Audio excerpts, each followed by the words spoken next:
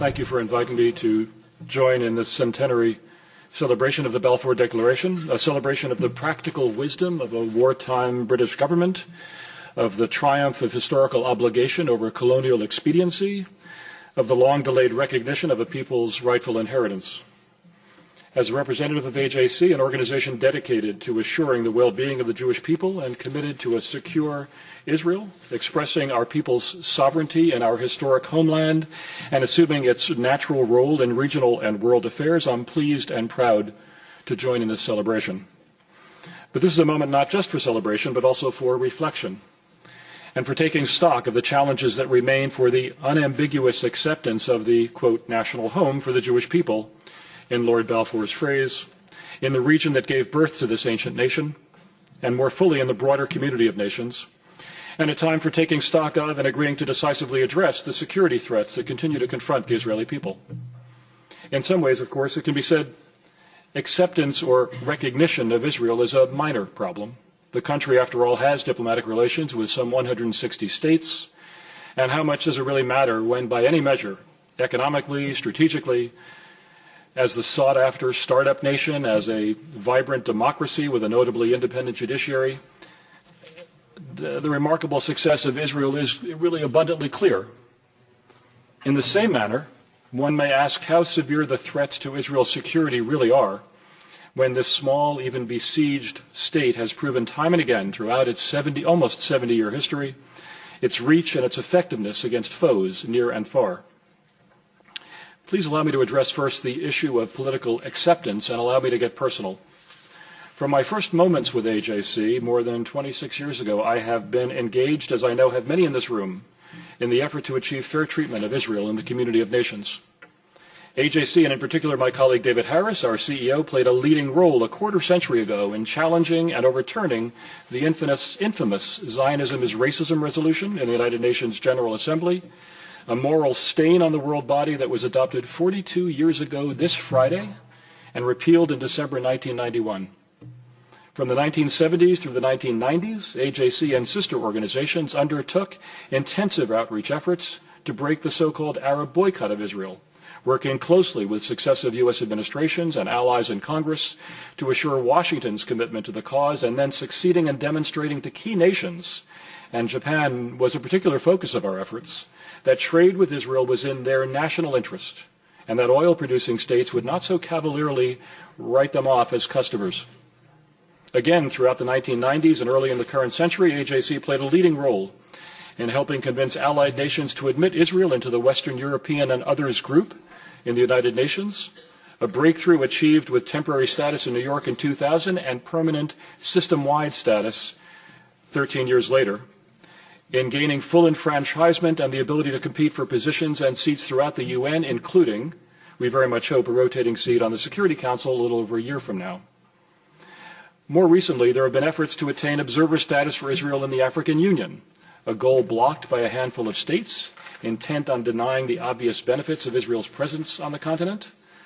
its already significant contributions to security, agricultural efficiency, and water use. This is one of our current international advocacy goals, which I very much hope the member states of the European Union, nearly all of which have AU accreditation, will endorse. Such skewed political contests continue to play out in other forums, including, as my colleague Daniel Schwamenthal just cited, the Executive Board of UNESCO and that agency's World Heritage Committee, where Israel's cultural and religious patrimony is routinely ascribed second-class status, and in the UN Human Rights Council, where concerns about all of the world's human rights problems are reviewed annually under one agenda item, while complaints about Israel's adherence to human rights standards are singled out and treated under a separate agenda item. Beyond multilateral platforms, the ongoing challenge to Israel's acceptance is seen on college campuses and in academic societies and certain labor unions in Europe and in the United States, where campaigns have been waged to defame and delegitimize Israel, to hold it to a different standard from that of other nations, to make this great liberal expression of a beleaguered people's national aspirations somehow illiberal, and thus to ostracize the state, its institutions, and its people. These campaigns,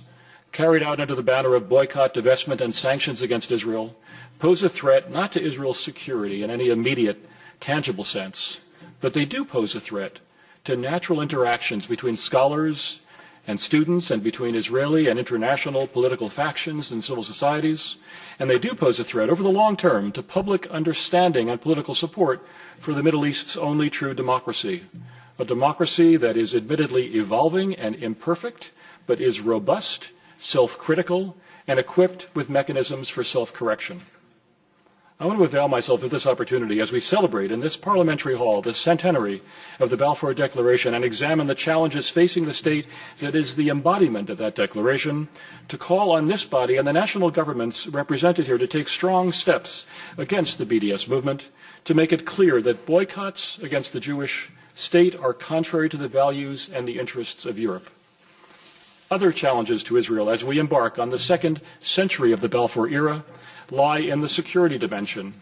in actuality, multiple security dimensions. First, of course, are the external threats Israel faces, in particular the threat posed by an authoritarian, theocratic Iranian regime that has declared the Jewish state its sworn enemy,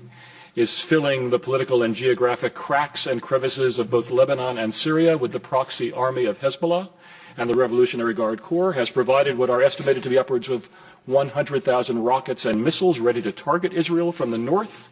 and is steadily advancing its longer-range ballistic missile program as it counts down the years before it can be freed of restraints on enrichment that would enable it to produce the fuel for nuclear warheads. On this point, I appeal to the European Parliament and to individual EU member states to send the clearest possible signal to Tehran that its aggression toward Israel, as well as toward its Sunni Arab neighbors, will not be tolerated and will not be enabled through business as usual with the West. In this regard, I urge the European Union to join the United States, Israel, the Gulf Cooperation Council, and other bodies in fully designating Hezbollah as a terrorist organization. And I urge you, in the name of your own defense and of global peace and security, to make common cause with the United States in pursuit of strengthened sanctions on Iran's missile program and other provocative behaviors, and in pursuit of permanent closure of Iran's pathways to the bomb through an amended joint comprehensive plan of action, if that course proves feasible, or through parallel undertakings. A further external security threat, a further challenge to Israel 100 years after Lord Balfour's decree, emanates from the same source that has brought a wave of terror and grief to Europe over more than a decade: the threat of Islamist extremism, a radical and violent perversion of a noble faith. Israel and Israelis abroad must ever be vigilant against Al-Qaeda, Islamic State, and other militarized, vengeful zealots. The shared experience of confronting this menace to civilization unites Israel with Europe and America, and with all, especially in predominantly Muslim states themselves, who abhor the distortion and weaponization of Islam. Europe's determination to stand with Israel against extremism, and to stand as well against intolerance and discrimination that make fertile ground for extremist recruitment, could not be more essential. Finally, of course, there is the internal security threat Israel faces: a Palestinian population abused by revolutionary and corrupt leadership, sold a mythical history and an unobtainable vision of a land without Jews, and frustrated by political and economic paralysis, has too often been prey to appeals to violence, leaving over the years a deadly toll of Israeli men, women, and children, and making it ever harder to build trust and support on both sides for the compromises and risks necessary for a negotiated two-state solution, the only feasible, durable outcome to the Israeli-Palestinian conflict. Rather than discourage and condemn those who widen the rift between Israel and a future Palestine by committing acts of violence, the Palestinian leadership, unfortunately, has ennobled them, has celebrated them, has called them martyrs, and has named schools and parks and plazas after them.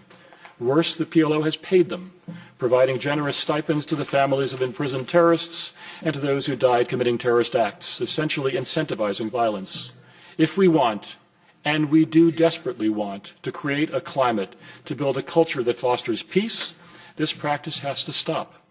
In the United States, AJC is leading a campaign to call attention to this outrage and urge Congress to withhold certain designated funds to the Palestinian Authority until it ceases rewarding terror. Washington cannot do this alone. I strongly urge the European Commission and the EU member states that have been consistent supporters of Palestinian political rights and Palestinian economic development to join us and other supporters of the so-called Taylor Force Act now before Congress in drawing a line against PA-subsidized terrorism and withholding funds equivalent to these substantial stipends until Ramallah changes course. The challenges Israel faces 100 years after the issuance of the Balfour Declaration are considerable. Near and far, there are challenges to its legitimacy, challenges incapable of obscuring the admiration for the Jewish state so evident in much of the world, but nevertheless posing potential difficulty with key constituencies in the years ahead. And near and far, there are security challenges, challenges as yet unequal to the highly capable Israeli security establishment, but nevertheless bearing the potential to inflict misery, frankly, for both Jewish and non-Jewish Israelis, and for their neighbors. And in the case of the Iranian threat, if insufficiently checked, the potential to cause catastrophe. But the true story of Israel, a century after the declaration, isn't of its challenges. It is the story of a prophecy reclaimed, of a vision realized, of a dispersed and hounded people returned to their land, to the national home Lord Balfour declared. This is the story, this is the reality that we celebrate today. And as we, Europeans and Americans, celebrate, so do we pledge to help safeguard this reality for the generations to come. Thank you, sir.